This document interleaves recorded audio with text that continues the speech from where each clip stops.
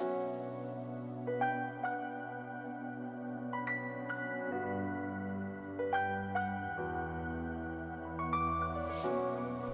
friends, Jenkins here, bringing you another Dota 2 video in which I'm trying really hard not to get demonetized within the first 30 seconds of the video, and the Chongqing Major is in full swing. I want to take a look at a replay between Team Secret and PSG LGD.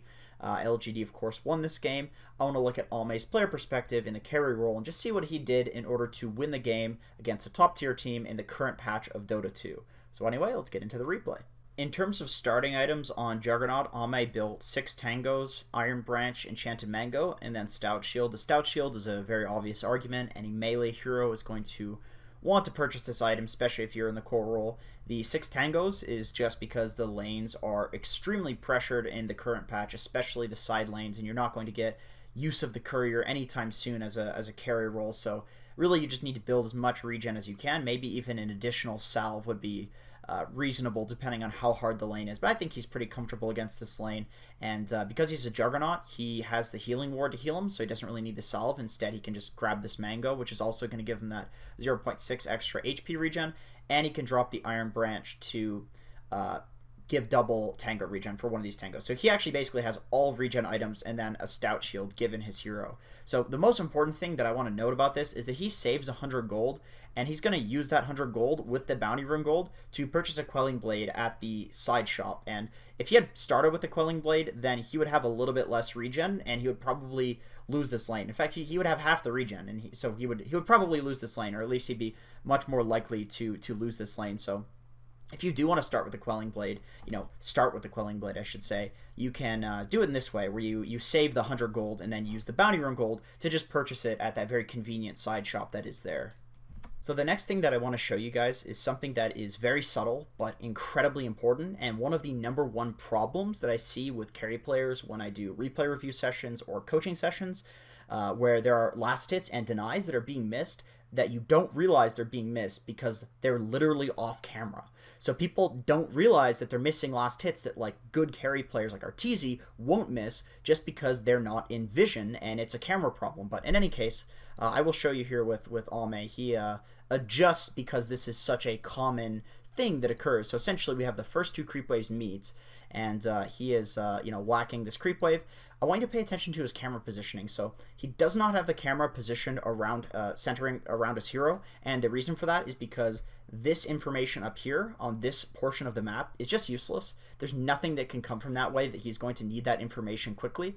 But from down here, he's going to see that his Lich is over here, doesn't need help, or maybe he does. Maybe the Grimstroke's going on the Lich. He's going to see if the Lich is setting up a gank. He's going to see if the Grimstroke comes from this angle to try to gank him. He's going to see all of these creeps and know when to walk over them to last hit them. Like, there's a lot of information as a core player, as a carry player, that you need to acquire in the lane.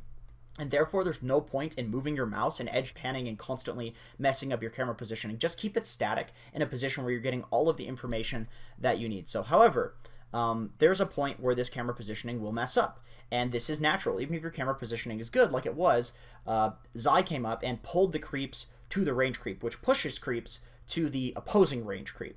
And what this means is Ame moves his camera up a little bit.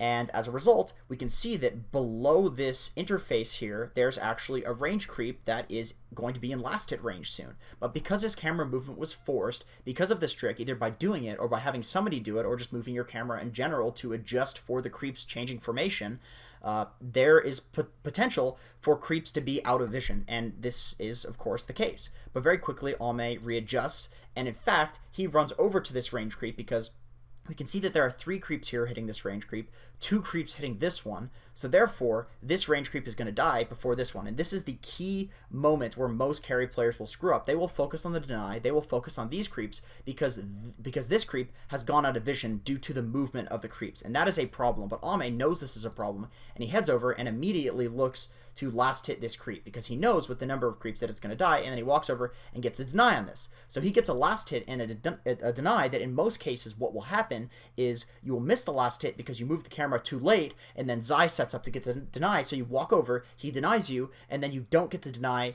on your range creep. So you're going to miss both a last hit and a deny in most cases in this scenario. But Ame, because he knows this is a problem, he adjusts his camera immediately There's even a few readjustments where you can see that it's a little bit off. So he's like, okay, I need to fix this and run over immediately. And he does, and he doesn't miss a last hit or a deny that a lot of other people would. The next thing I want to show you is kind of a camera movement thing, kind of just a prioritization thing that Ame has in the laning stage. So as a carry, obviously you want to prioritize last hits and denies, but you're still laning. You still want to put pressure on your laning opponents, or else they'll just walk all over you. But I want you to pay attention in this clip to Ame's camera movement. So essentially, he gets that last hit, and then because there are so many Radiant creeps, it's very likely that this lane is just going to push into the opponents, and because it's a 2v2 and there's just constant fighting and pressure, it's very unlikely that you can just do like the typical carry thing where you auto-deny your creeps and try to bring the equilibrium back that way. It's very likely there's going to need to be some sort of pull to bring this equilibrium back. So basically, he's just like, you know what, screw it, I'm going to just harass as much as I can. In a lot of situations, you wouldn't want to do this if you have a good equilibrium, but because the equilibrium is already screwed up, they're going to need to pull anyway to get this back. So essentially, he harasses Zai here just by following him and right-clicking him down. But pay attention to where his camera is. So he's keeping his camera so that he's seeing the creeps, and it's very likely that he's just issued an attack command on Zai, and he's actually using his peripheral vision to look at Zai, and what he's paying attention to is the creeps. And the reason that he can do that is because there's very little kill potential between Yapzor and Zai in killing Ame in this lane, so he can actually do that, and it's fine.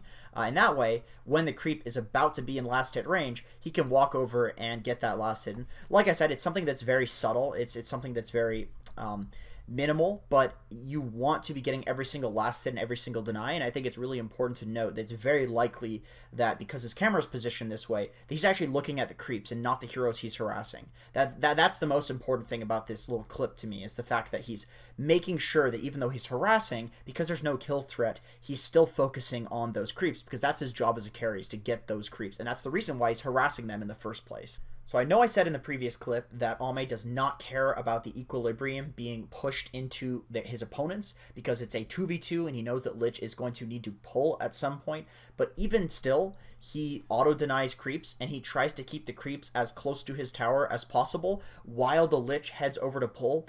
And you might think, oh my god, that's only going to save a few microseconds where the creep wave is not going to be in front of the enemy tower. What's the big deal? Lich is going to pull a couple of seconds afterwards. And in this situation, Ame actually would not have gotten a deny on a creep if he had allowed the creep wave to just pull, and if he didn't do this trick that you're about to see. But look at how he last hits here. So he's a Juggernaut with a Quelling Blade. So he does a massive amount of damage, and he could last hit probably both of these creeps from a lot higher HP than they're currently at. And yet, he waits until they are literally one ranged creep attack away from dying before he last hits them. So look at this. One hit. And then look at this next one. That wasn't just random chance. He's doing this on purpose. One hit away from dying. But look at this. This ranged creep is now one hit past the threshold where you can deny. So he sits here and he denies it. So he gets a deny that otherwise wouldn't have happened if he had not tried to keep that equilibrium closer and not push into the opponent. So even though he doesn't care about the whole equilibrium pushing, it's more like he wants to keep the creeps so that they're hitting each other for longer so he can get those extra denies. And as a result of these little nuances and tricks, he's actually 10-4. He's a safe laner who is in double digits before anybody else in terms of last hits. So I want to show you a string of things that occurred where, there's some basic stuff that happens. It's still pretty important basic stuff, but then something that's a little more complicated and interesting that happens after a result of this basic stuff. So we have Ame here. Lich just pulled. He's chilling under the tower, last hitting. Lich skills the stun at level 2, which pulls Zai into the tower, which obviously he wasn't expecting. And then Jug heads over. Obviously, his camera positioning is such that he's preparing for this to occur. They're clearly communicating with each other. So he's last hitting over here, but he's got his camera where he's looking at Zai to see if this is something that can happen. So he hits Zai a couple of times before he spins because he knows how much damage the spin is going to do. And of course, if you spin on somebody and have to get a right click afterwards, it's a lot harder than just right clicking them when they're stunned. So here's kind of one of the first relatively important but simple things that happens is that he could keep chasing the Grimstroke and hitting the Grimstroke, maybe even kill him. There's potential there, especially because he's got boots. But because there are creeps dying, he just says, screw it. We've already secured control of this lane. The reason for getting the kill on Zai is not for the gold that comes from killing Zai. It's so that the lane is just free farm.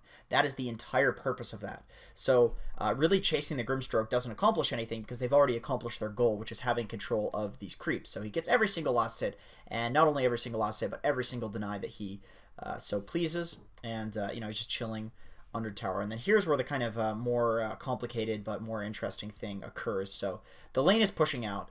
Zai is coming back to the lane, and Lich is going back to base, picks up some items for Juggernaut, but Zai knows that Lich is going to be gone for a certain duration, so he feels safe coming up and just using the Firestorm on the creep wave.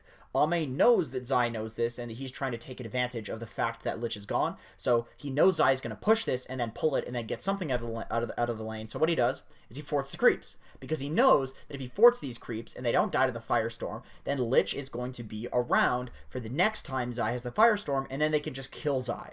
So basically, Ame prevented that window of opportunity for Zai to get a little bit more control out of this lane by fortifying the creeps after the kill happened. The reason the kill is important is because that's when Zai knew the Lich wasn't going to be there, because he used all his resources to get the kill. So here we are at 5 minutes into the game, where we have Ame doing something pretty simple but very important.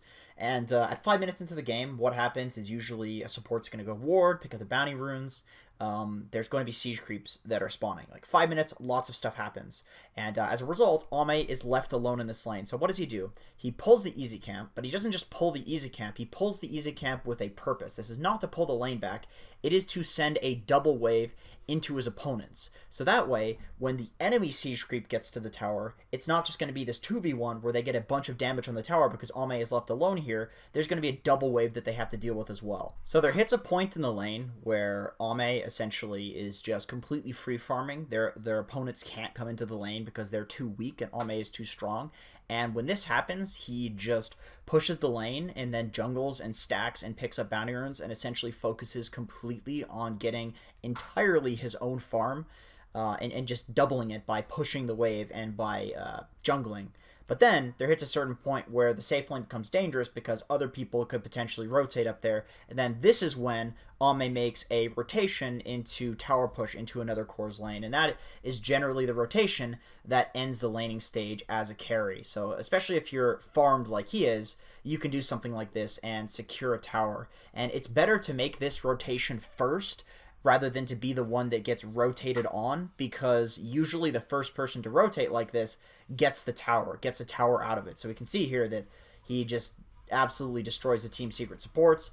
Now it's a 4v5 down here, and they can presumably get the tower. So this is why you would want to make this rotation. Also, obviously avoids you dying, but really the tower is the most important thing. That's it for this video. Thank you for watching. Please make sure to check out the other videos in this series. I'm going to be trying to do 5 per day each day of the Major, covering how players in the Major in each role are covering each part of the game. Laning is today. Tomorrow's probably going to be mid-game or lane rotations. I haven't figured it out. Also, check out our Patreon. Donnie and I are going to be doing a weekly Thursday night replay review session for Patreon subscribers.